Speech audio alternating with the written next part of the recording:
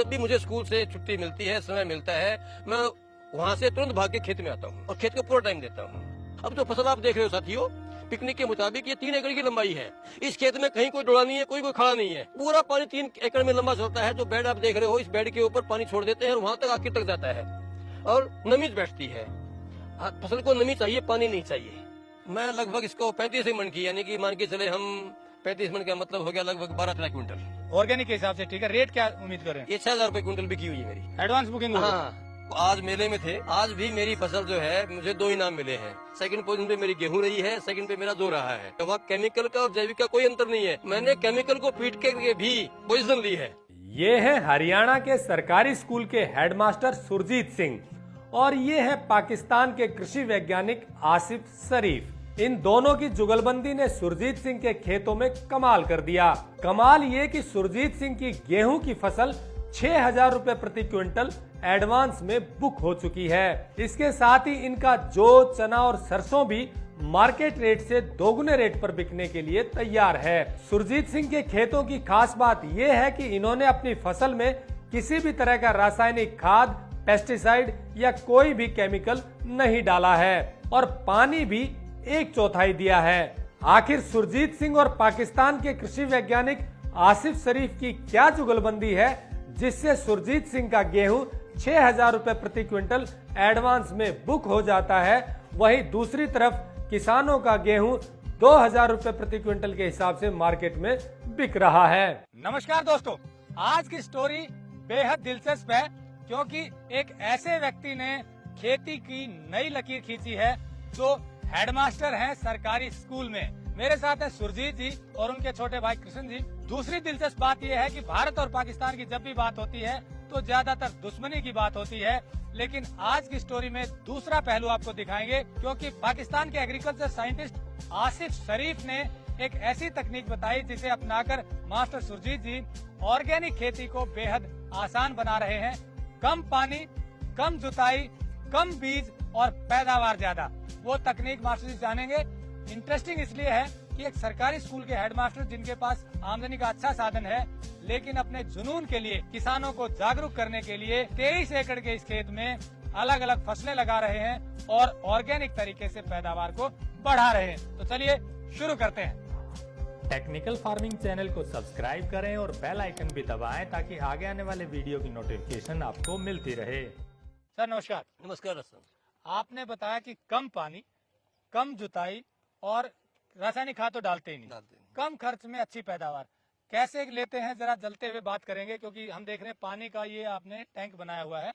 23 एकड़ के लिए यही टैंक है? यही टैंक है। आपको बता दें, नहर का पानी लगता है, उसको यहाँ इकट्ठा करते हैं, खुला पानी देते हैं, लेकिन इतना ही खर्च होता है जितना ड्रिप इरिगेशन में होता है। कई किसान बहुत ज्यादा एक्सेसिव पानी देते हैं, उसका भी नुकसान बताते हैं। तो चलिए पानी आप बात कर रहे हैं, कम पानी, इतना ही पानी है। हाँ, इतना ही पानी। ये पानी आपने बताया कि आपके लिए सरप्लस है। हाँ, सरप्लस है।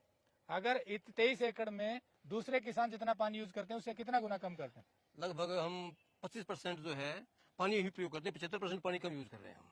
75% मतलब आप 25% ही प्रयोग करते हैं। हाँ। तो आगे चलते हैं। गेहूं की फसल जो आप सामने देख रहे हैं, आपने कई वैरायटी लगाई हुई है। जी। शुरुआत कैसे करी वो बताइए। मैंने जी अपने खाने के लिए 8-10 साल पहले सन 2013 में जैविक खेती शुरू की 1 एकड़ से। अच्छा। उसके बाद साथियों को मेरा खाना पसंद आया। हम साथी, मैं अध्यापक हूँ, इकट्ठा बैठ के खाते हैं आधी छुट्टी में। तब मेरी रोटियां स्वाद लगती थी। वहाँ वो मेरे ग्राहक बने थे। गेहूं कौन सी है, क्या करते हो, कौन सी? मैंने उनको बताया भी जैविक है, रसायन का यूज नहीं करता मैं। तो उनका हमें भी दे दो। उस तरह से मेरे ग्राहक बढ़े। तो उनके ग्राहकी को देखते हुए मैंने अपनी कल्टीवेशन का या जो है गेहूं का इलाका बढ़ाता चला गया मेरा का। और 1 से 2 एकड़, 2 से 4 एकड़, 4 एकड़ से मैं 16 एकड़ और 16 एकड़ से मैं 23 एकड़ पे आया हूँ। मतलब ये जहाँ खड़े हैं ये 23 एकड़ का पैच है। इसमें कितने एकड़ में गेहूं लगा हुआ है? इसमें लगभग 9 एकड़ में गेहूं लगा हुआ है और 8-9 ही वैरायटियां हैं। अब ये जो गेहूं आप सामने लगा हुआ है जी, इसकी तकनीक बताइए, क्योंकि ये आपने बताया कि कोई रासायनिक खाद इसमें नहीं जी है। नहीं। न तो यूरिया, न डीएपी, न कोई ग्रोथ प्रमोटर जी। लेकिन इस फसल को देखकर लग रहा है कि इसमें शायद यूरिया, डीएपी डाला गया हो, लेकिन आप कह रहे हैं कि बिल्कुल नहीं डाला और आपका जो ट्रैक है उसके हिसाब से आप पे फॉलो भी करें। तो क्या तरीका अपना है शुरू से? मैं पहले जो है जैविक खेती जो अपने यहाँ के वैज्ञानिक बताते हैं उस ढंग से करता था, परंतु किसी साथी ने मुझे पिकनिक के बारे में बताया। उन्होंने ग्रुप में मुझे जोड़ने के लिए लिंक भेजा और मैं ग्रुप में जुड़ गया। पहली बात तो कहूँ, जिस दिन मैंने मिस्टर आसिफ शरीफ को मैसेज छोड़ा उन्होंने कहा मार साहब आपका स्वागत है ग्रुप में, एक चीज याद रखिएगा, इस ग्रुप में किसान और किसानी के अलावा कोई बात नहीं होगी। अर्थात मैं जैसे आप शुरू में कह रहे थे वो बात दोहराना चाहूंगा। उन्होंने कहा दुनिया का किसान मेरे लिए किसान है। हमने मजहब और दीवारें, देश की दीवारें, धर्म की दीवारें हमने बांटी हैं, परंतु मेरे लिए सब बराबर है। किसान दुनिया का मेरे लिए किसान है, भाईचारे से रहिएगा। इस ग्रुप में केवल किसानी के सिवाय कोई बात नहीं होगी। आसिफ शरीफ पाकिस्तान के कृषि वैज्ञानिक हैं और भारत के बहुत से किसानों के साथ व्हाट्सएप ग्रुप के थ्रू जुड़े हुए हैं। आसिफ शरीफ ने प्राकृतिक खेती को बढ़ावा देने के लिए पिकनिक नाम की एक विधि तैयार की है, जिसका अर्थ है पैदावार कुदरती निजाम काश्तकारी। इसका अंग्रेजी में अर्थ है सस्टेनेबल नेचुरल फार्मिंग सिस्टम और हिंदी में आप इसे सतत प्राकृतिक खेती का नाम दे सकते हैं। आसिफ शरीफ व्हाट्सएप के माध्यम से भारत के किसानों को जो प्राकृतिक खेती का तरीका बताते हैं, इससे किसानों का खर्च कम हो रहा है और प्राकृतिक तरीके से पैदावार भी बढ़ रही है और रेट भी अच्छे मिल रहे हैं। मतलब ये आसिफ शरीफ ने कहा, जो पाकिस्तान के साइंटिस्ट हैं, एग्रीकल्चर वॉइस साइंटिस्ट। मैसेज जो छोड़ते हैं वो उसके मुताबिक तुरंत उन्हें रिप्लाई दिया और उसके मुताबिक उनके लेक्चर मैंने सुने, समझा, दिक्कत हुई, उनसे बात की, वो तुरंत जवाब देते हैं। उसके मुताबिक मैंने पिकनिक के असूलों को फॉलो करते हुए इसमें लगभग 1.5 साल पहले, पिछले साल भी गेहूं मैंने पिकनिक पे लगाई थी, जहां आप इस बार जो खड़े हैं वहां बेड थे। पिकनिक के बारे में आपने कहा कि आपने आसिफ शरीफ को फॉलो करते हुए पिकनिक तकनीक अपनाई, उसके बारे में थोड़ा बताइए क्या तकनीक? पिकनिक का मतलब पैदावार कुदरती काश्तकारी निजाम, अर्थात कुदरती जो खेती होती है, जब अल्लाह ताला, ये भगवान अल्लाह ताला कहते हैं, भगवान जो कुदरत सब कुछ देता है, तब उसने ये चीजें नहीं बनाई हमारे लिए, यानी कि हल है, ट्रैक्टर है, वो चीजें नहीं थी। कुदरती जैसे फसलें सभी उगती हैं, अंतर्वर्ती फसलें जिसको हम कहें हिंदुस्तान के अंदर अपनी भाषा के अंदर, यानी कि छोटी फसल है, उसके बाद बड़ी, उसके बाद बड़ी, उसके बाद बड़ी है, हम जंगल में देखते हैं। उसी ढंग से जब वहां हो सकती है, खेतों में क्यों नहीं हो सकती? उन्होंने जो असूल बताए, 3 काम मोटे मोटे बताए, अर्थात जमीन के साथ में छिड़खानी मत करो, अर्थात बार बार जुताई की जरूरत नहीं है। उसके बाद जमीन के नंगा मत छोड़ो, पानी से डुबो के ना मारो और बार बार कल्टीवेशन ना करो। तीनों असूलों को मैंने फॉलो किया। उसके लिए पहली चीज उन्हें बताई, जमीन को 0 लेवल करो। उसके बाद सब सोइलर गहरी जुताई करो, हार्ड पेन तोड़ दो, मैंने वो किया। उसके बाद में वॉश आउट किया, अर्थात भगवान जो ही मेरा सारा काम हुआ, इस साल जबरदस्त बारिश हुई, जमीन का वॉश आउट हुआ। उसके बाद मैंने बेड बनाया। इस खेत में आप जो देख रहे हो, यहाँ मैंने मूंग की फसल लगाई।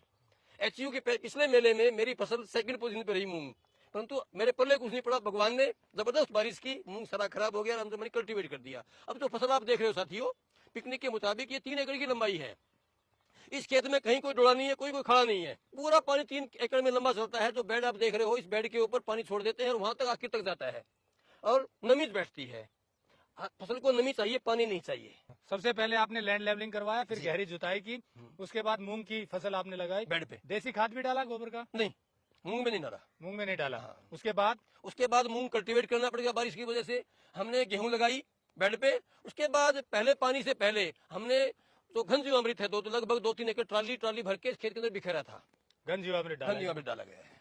तो उसके बाद आपने इसमें सिर्फ एक पानी लगाया है और कुछ नहीं डाला है? नहीं किया। बेड पे गेहूं लगा हुआ है, गेहूं लगी हुई है। तो इस तरह से जुताई का खर्चा भी बचा। जुताई आपको करनी नहीं पड़ी, सीधी आपने बिजाई की। उसके बाद पानी एक लगाया और अब खाद भी जो है रासायनिक खाद कुछ नहीं डाली। लेकिन फसल कितनी उम्मीद कर रहे हैं 1 एकड़ में? मैं लगभग इसको 35 मन की, यानी कि मान के चले हम 35 मन का मतलब हो गया लगभग 12-13 क्विंटल। 12 क्विंटल 13 क्विंटल एवरेज आप इसकी मान के चल रहे हैं। नीचे भी मान ले तो 30 मन यानी कि 12 क्विंटल भी मान ले तो भी ऑर्गेनिक के हिसाब से ठीक है। रेट क्या उम्मीद कर रहे हैं? ये 6,000 रुपए क्विंटल बिकी हुई है मेरी। Advance booking? हाँ। देखिए दोस्तों, 6,000 रुपए प्रति क्विंटल के एडवांस बुकिंग हो चुकी है। अब आप ये सोचिए, गेहूं अगर केमिकल से करेंगे तो 50 मन यानी कि 20 क्विंटल की एवरेज आती है, कुछ ऊपर कुछ नीचे। अब 20 क्विंटल का रेट है 2,000 रुपए प्रति क्विंटल, वो हुई 40,000 की। इनकी हो गई 12 क्विंटल यानी कि उससे थोड़ी कम हुई, लेकिन रेट है 6,000 का। 12 छिके 72,000 यानी कि केमिकल वाली 40,000, ये 72,000 और न यूरिया न DAP। अब आप कहेंगे कि फिर तो इतना रेट में कम खर्चा है तो रेट कम हो, लेकिन आपको बता दूं इसमें रिस्क रहता है। पिछली फसल को इन्होंने पूरे इसमें मिलाना पड़ा, जो इनका मूंग की फसल थी और तिल की थी, और साथ में मेहनत भी ज्यादा है, आपको लेबर कॉस्ट बढ़ जाती है। तो इस तरह से और करने की हिम्मत भी चाहिए। सब लोग सिर्फ फॉलो करते हैं, अलग जो चलता है कुछ अलग करने की, उसको तो देखिए रेट मिलता है, तो रेट ज्यादा मिला। अब एक समस्या आती है कि लेबर बढ़ जाती है, वीड निकालने की, केमिकल मारना पड़ता है। आपने क्या इलाज किया? मैंने इसमें मैनुअली खुद ही निकलवाई है। अच्छा, तो वो लेबर बढ़ जाती है। वो लेबर का कॉस्ट, देखिए वही है ना कि लेबर की कॉस्ट बढ़ जाती है, पर वो कंपनसेट हो जाती है उस केमिकल, खाद, फर्टिलाइजर और पेस्टिसाइड से। थोड़ा सा ज्यादा ही पड़ती है, लेकिन वो रेट फिर अच्छा मिलता है। जैसे बताया 72,000 रुपए 1 एकड़ में यदि मिल रहा है, एक तरफ 40,000 है, तो वो किसान के लिए बेनिफिशियल है, और दूसरी तरफ गेहूं खाने वालों के लिए भी हेल्थ के लिए बहुत अच्छा है। तो अब दूसरे किसान आप इतने सालों से कर रहे हैं, कहाँ दिक्कत आ जाती है, क्यों नहीं कर पाते? किसान पहली बात तो हिम्मत नहीं करता, दूसरी बात किसान फुल टाइम किसान नहीं है। यानी कि मैं जब भी मुझे स्कूल से छुट्टी मिलती है, समय मिलता है, मैं वहाँ से तुरंत भाग के खेत में आता हूँ और खेत को पूरा टाइम देता हूँ। अब आप देखिए, एक बात कही कि किसान फुल टाइम किसान ही। सुरजीत जी हेडमास्टर हैं सरकारी स्कूल में, और सरकारी स्कूल में अपनी ड्यूटी का निर्वाह करने के बाद सीधे खेत में आते हैं। किसान समय मिलने पर ताश खेलने लग जाता है। कुछ को बुरा लगेगा, लेकिन बहुत सारे किसान ताश खेलने में ज्यादा बिजी हो जाते हैं। खेत को टाइम इतना ही देते हैं कि रासायनिक खाद छिड़का, पानी खोला, अब वो दिया और चले गए। खेत को चाहिए ड्यूटी की तरह अटेंशन, और वो सुरजीत जी ने जैसा बताया। और एक और बता दें, पीछे हैं कृष्ण कुमार जी, ये इनके छोटे भाई हैं। ये फुल टाइम खेत में ही रहते हैं, पूरी मैनेजमेंट करते हैं और साथ में इनको गाइड करते हैं मास्टर जी। तो दोनों मिलकर के ये खेत आप देखिए, ये खड़ा कर दिया है। और उन सब के लिए उदाहरण है जो कहते हैं पानी की कमी है, संसाधन नहीं है, न जुताई की, न ज्यादा पानी दिया, पैदावार अच्छी ली। इस अच्छी पैदावार का एक कारण ये बताया कि जो मूंग की फसल थी वो इसमें ही मिला दी। फसल का जो एग्री वेस्ट है, रेजिड्यू है, वो इसमें ही मिलाना पड़ेगा। कई लोग नहीं मिलाते हैं, क्या फर्क पड़ रहा है उससे, आप बताइए। नहीं, वो लोग मिलाते नहीं, तो मुझे समझ में आता है कि मिलाते क्यों नहीं। वही तो लोग करते हैं कि जैसे अब सरसों ही है, सरसों का टुकड़ा बेच दिया, तो कितने रुपए का बिका भाई? 2,000 का, 3,000 का। उसमें तो 2 कट्टे डीएपी के भी नहीं आते उनके, परंतु उन्हें बस एक मीठा लोभ लगा हुआ है। ये चीज उन्होंने समझा ही नहीं कि भाई तेरा तुझको अर्पण, जमीन को जो चीज हमें चाहिए वो ले लो। बाकी साथियों, मेरे किसान साथियों, नम्रता से निवेदन है, धरती माता का धरती माँ को वापस दे दो, वो हमें वापस लौटाएगी दुगना तिगना। देखिए बताया जैसा, उदाहरण के तौर पे मूंग की फसल का वेस्ट सारा इसमें मिलाया, उसी का असर देखिए गेहूं की फसल कितनी जबरदस्त हो गई। पिछले साल इन्होंने शुरुआत की तो गेहूं की फसल कम हुई, एवरेज आई 8 क्विंटल की, लेकिन अब ये बढ़ रही है और अगले साल और बढ़ेगी। ऑर्गेनिक कार्बन जैसे जैसे जमीन का बढ़ता जाएगा, पैदावार भी साथ में बढ़ेगी, माइक्रोब्स मल्टीप्लाई होंगे, और साथ में गोबर की खाद, एग्री वेस्ट मिलाते जाएंगे तो आपकी पैदावार बढ़ेगी। कोई जानकारी लेने हो, नंबर हमने दिया हुआ है।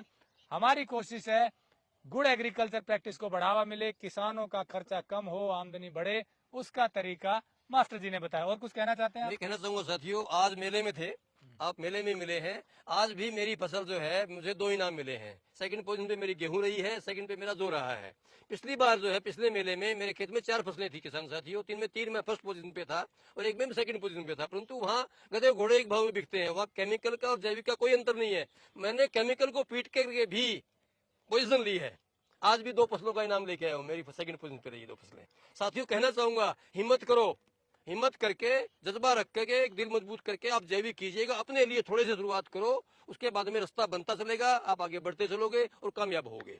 इसके अलावा मैं कहना चाहूंगा कुलदीप जी, आपको कहना चाहूंगा, ये जो मेरा सपना है एग्रो टूरिज्म का, आप ये देख रहे हो मेरा खेत का बफर जोन, यहाँ सारों खेत की तरफ तो जाल लगा हुआ है, रास्ता खुला है।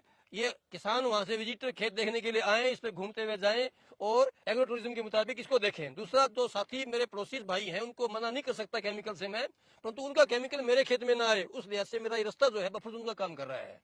तो साथियों हिम्मत कीजिएगा, करिएगा, सब कुछ होगा। बहुत बढ़िया बात की, हिम्मत करने की आवश्यकता है, और इसके लिए बस एक शुरुआत अगर करेंगे सही जानकारी लेकर।